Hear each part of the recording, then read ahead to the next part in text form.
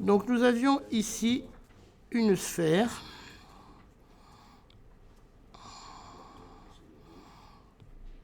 Nous avions ici une sphère, qui n'est pas une sphère, celle-ci. Normalement, ça, c'est une sphère qui doit me faire.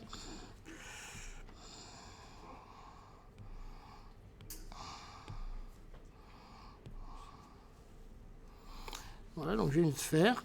Donc ma sphère, elle a un rayon qui est, je ne sais plus, c'est grand R, c'est ça? Et je cherche le champ qui est créé au milieu de la sphère. Alors déjà, la première chose qu'on peut voir de façon triviale, c'est si le courant circule comme ça, ben, le champ magnétique, il va être comment? Il va être comme ça. Alors, la remarque qu'on m'avait faite est tout à fait vraie, c'est que vous voyez que si c'était un solénoïde, la réponse, je la connaîtrais tout de suite. D'accord? C'est, je la connais plus d'ailleurs, mais c'est mu0i fois L, je crois que c'est ça, ou un truc comme ça. Donc, la réponse, on la connaîtrait tout de suite. Alors, en fait, une sphère, c'est quoi? C'est un solénoïde où on avait fermé les deux bouts. C'est complètement ça. Donc, ça va être mu0i fois L fois un facteur correctif qui est dû au fait qu'on n'a pas fermé le bout. Mais essentiellement, ça va être du même goût. Alors, pour calculer ça, eh ben, il y a différentes choses à faire. Alors, première chose, c'est que... Alors, on vous donne un truc sur la densité de courant qui parcourt ça, et donc on va pouvoir calculer la densité de courant. Bon, ça, c'est un problème qu'on verra plus tard, parce que c'est comment calculer la densité de courant, c'est pas forcément le plus passionnant. On va considérer qu'on sait le faire. Ce qui est plus important, c'est de dire... Maintenant, si je sais calculer, alors là j'essaye de le faire de profil, donc vous voyez, c'est pas génial. C'est que maintenant,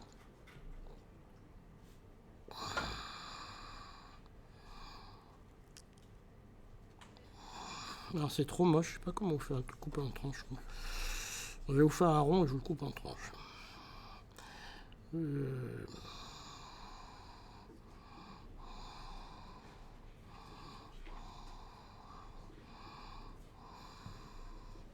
Bon, alors... Donc on coupe la sphère en tranches. Alors pourquoi on la coupe en tranches? Ben parce que c'est la chose la plus logique à faire, parce que quand vous la coupez en tranches, vous gardez votre symétrie cylindrique. Donc a priori, c'est la chose la moins bête à faire, d'accord? Parce que dans votre problème, vous avez une symétrie cylindrique, vous n'avez pas une symétrie sphérique, parce que comme vous avez un champ, justement, le champ, il vous brise la symétrie sphérique. Puisque votre champ, il va avoir cette tête-là.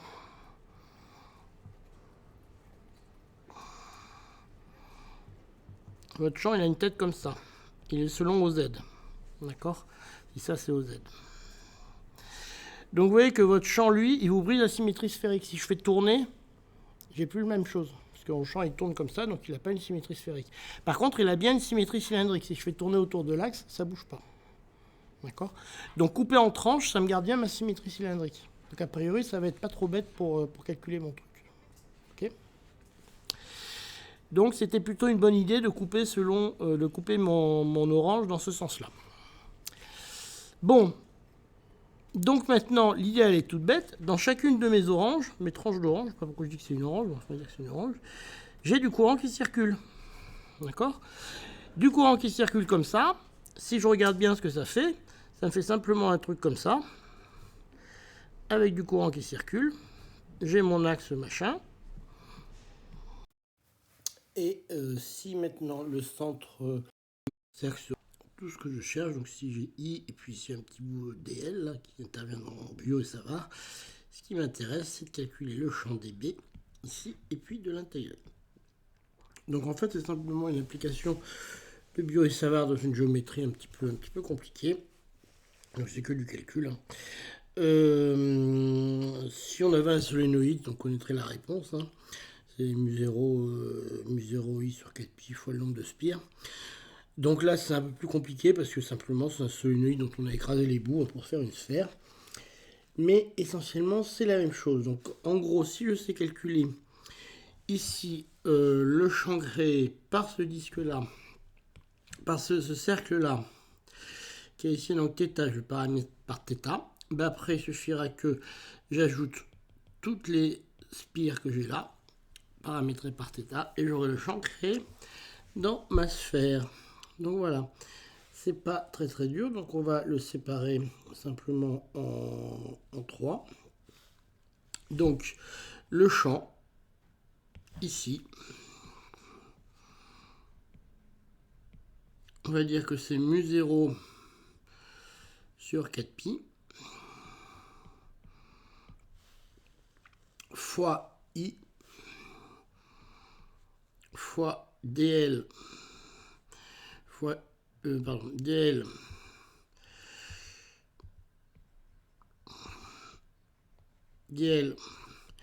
vectoriel UR sur R carré.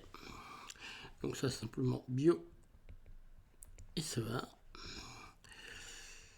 Et je vous recommande d'aller chercher sur Wikipédia la page sur le violon de Savart, qui est extrêmement intéressante, vu que ce monsieur avait de multiples talents. Donc en fait, on reconnaît les trois termes, I, celui-ci, et puis il y a un terme de sinus θ à calculer. Okay. Donc si on regarde selon Z, on obtient que B qui va être selon Z est égal à mu0 sur 4pi, I premier terme,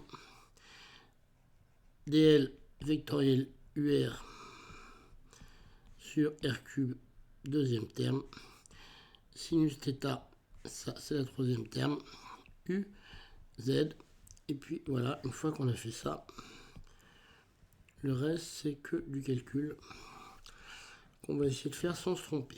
D'accord, donc ça c'est 1, ça c'est 2, ça c'est 3. D'accord. Bon, bah en fait, c'est pas passionnant, une fois qu'on en est là. Donc, I, ben ça on vous le donne. Hein. I, on vous dit que J, c'est J0, machin truc bidule. Donc ça vous donne que J. Là, le courant qui circule, c'est J0. On va mettre ici 1. J, c'est J0, R, D, θ. D'accord, ça c'est donné dans l'énoncé. C'est la définition.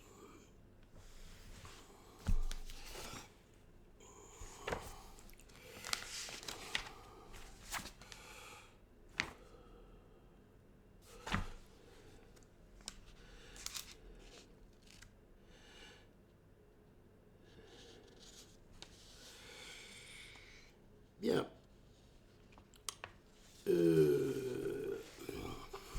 Ensuite, il nous reste à calculer le deuxième terme qui est le plus compliqué. Donc ce terme s'écrit de la façon suivante.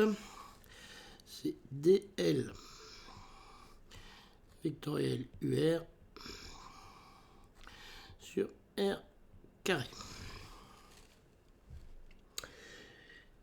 Donc déjà, ce qu'il faut remarquer, c'est que dl et UR sont perpendiculaires.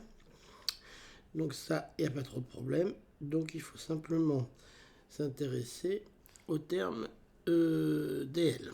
Donc, je vous rappelle que dl,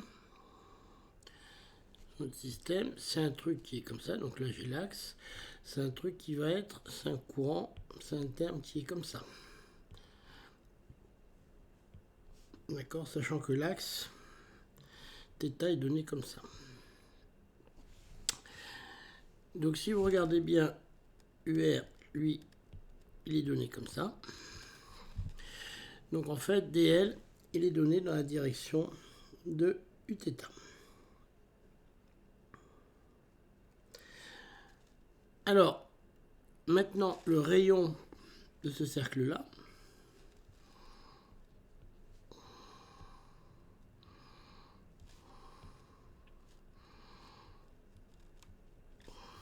c'est grand R, sinus θ. Et finalement, eh bien, on obtient que dl vectoriel UR, c'est simplement Uθ. Et si on regarde le troisième terme qu'on a, le troisième terme qu'on avait, c'était simplement sinus θ.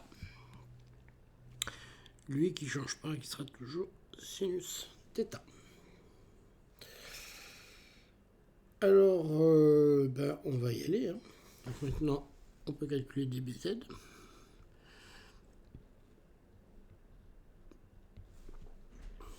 Donc dBz, on obtient un terme qui est mu0 sur 4pi. Ensuite, on a une intégrale qui va être l'intégrale de j 0 fois r. C'est le terme de courant. Ensuite, il nous reste le terme en dl fois Uθ. D'accord. Donc, il nous reste un dl fois Uθ qui est là. Donc, ça, c'est simplement égal dl fois UR. On peut l'écrire sous la forme dl fois Uθ.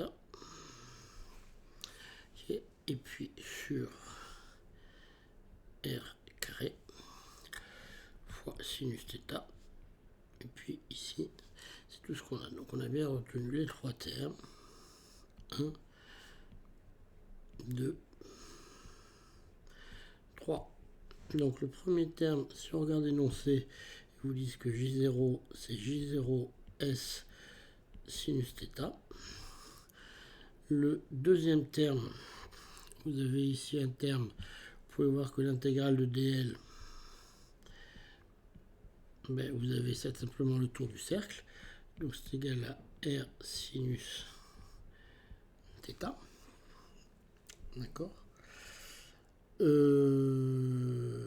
Et puis ici, vous avez simplement le 3. Bon, ça ne bouge pas.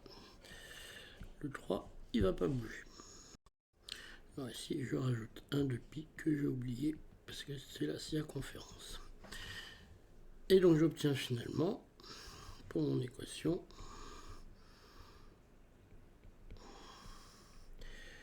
dBz est égal à mu0 sur 4pi. L'intégrale de J0S sinus θ fois R dθ fois 2pi R sinus θ sur R au carré fois sinus θ.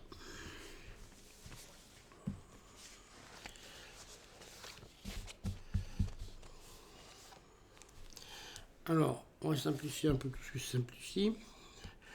Vous avez les 4 pi qui vont simplifier ici avec les 2 pi, donc il va vous rester un demi. Les R, ils sont ronds, manifestement. Et puis il va vous rester ici que c'est égal à mu0 sur 2. Et puis il vous reste un J0 de surface ici. Et puis il vous reste une intégrale de sinus cube θ dθ. Et celle-ci, on vous la donne. On vous dit que celle-là, elle fait 4 tiers. 4 tiers, ce qui fait que vous retombez bien sur vos pattes avec le fait que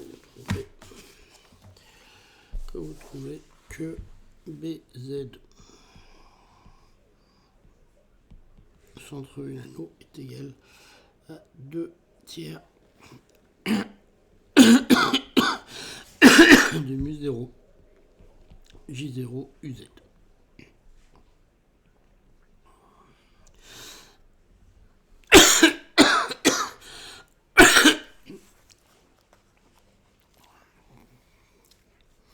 Alors maintenant, on vous dit que l'approximation dipolaire va s'appliquer pour notre sphère.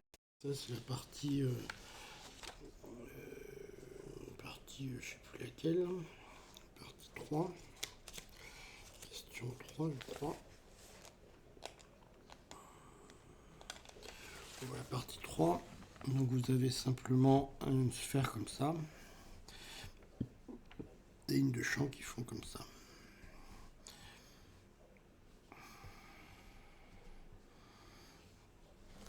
Etc. On dit simplement de calculer le saut entre l'intérieur et l'extérieur.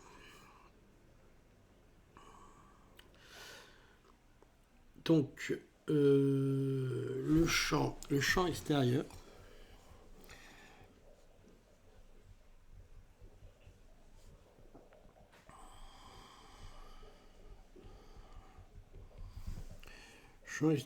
c'est mu0 mu sur 4pi r cube sur 2 cosinus θ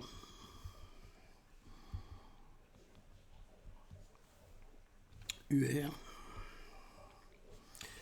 plus sinus θ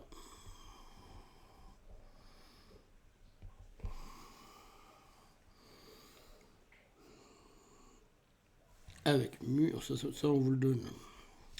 Ça vous est donné. On vous dit que mu c'est égal à 4 tiers de pi J0 R au cube.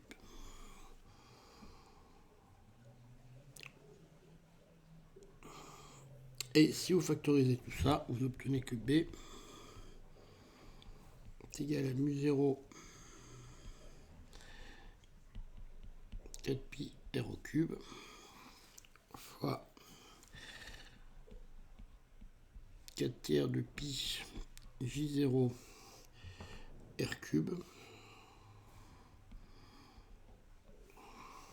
fois ce qu'il y a dans la parenthèse. Et si vous faites R égale R, pour petit r égale grand R, donc à la surface de la sphère, vous obtenez bien mu0 J0 sur 3, facteur de 3, 2 par 2,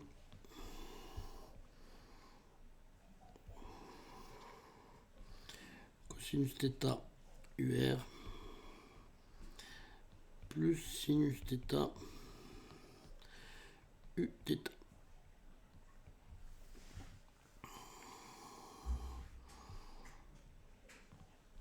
Ok. Par contre, B intérieur est une constante, hein. Ça on le sait.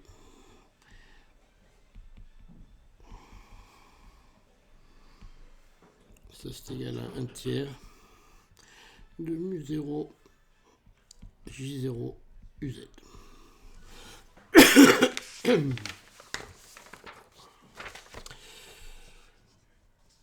Donc, si vous faites la différence des deux,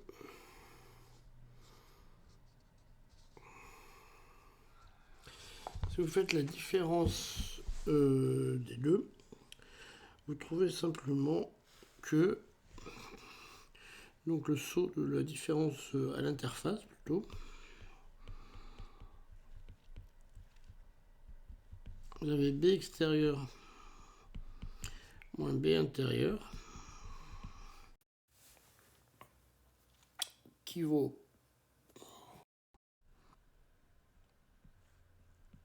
mu0 J0 sur 3, facteur de 2 cosinus θ UR plus sinus θ Uθ moins UZ. Alors là, il y a un truc super important. Quand on va calculer UZ dans un système de coordonnées en fonction de UR et Uθ, c'est de garder les mêmes orientations que tout à l'heure. Sinon, ça ne marche pas. Alors, ce que je veux dire par là, c'est que on va calculer, je vais vous montrer, on va calculer, il ne va pas.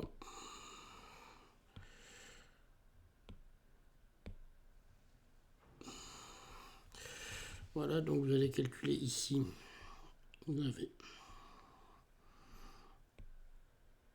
vous avez UZ, mais vous avez Uθ qui est comme ça, UR qui est comme ça. Rappelez-vous que θ était référencé comme ça. D'accord? Donc θ était référencé comme ça, vous avez UZ qui est référencé ici. Ok. Et à ce moment-là, vous vous retrouvez avec le complémentaire ici. C'est-à-dire que là, vous avez pi moins θ. D'accord? Et là, vous avez pi sur 2 moins pi moins θ. Donc vous avez ici pi sur 2 moins θ. Ce qui fait que vous recomposez les composantes de UZ. Alors, si on regarde selon UZ, on va trouver, alors pour UR, on va se retrouver avec un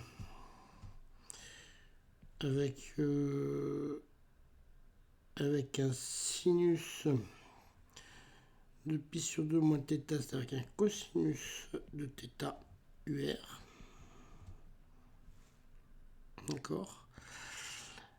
Et puis selon Uθ, on va se retrouver avec un cosinus de pi sur 2 moins θ, c'est-à-dire un sinus θ de Uθ.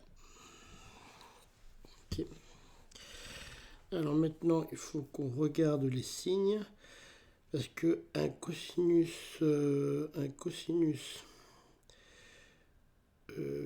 ici, si on regarde, on a un cosinus, si vous regardez là, vous avez un cosinus de pi moins θ dans la projection, et un cosinus de pi moins θ, ça fait moins cos de θ. Donc ici, vous avez un moins qui apparaît ici. Et donc vous trouvez à la fin que vous avez B extérieur moins B intérieur qui est égal à mu0 J0 sur 3 facteur de 2 cos θ UR plus sinus θ Uθ moins cos θ UR plus sinus θ Uθ. D'accord? Et à la fin, vous arrivez à ce que le saut, que B extérieur moins B intérieur, c'est égal à mu0 J0 sur 3 fois 1, 2, 3 fois 2 et 1, 3 cosinus θ UR. Et donc le résultat final, c'est que vous avez delta B qui est égal à mu0 J0 cosinus θ.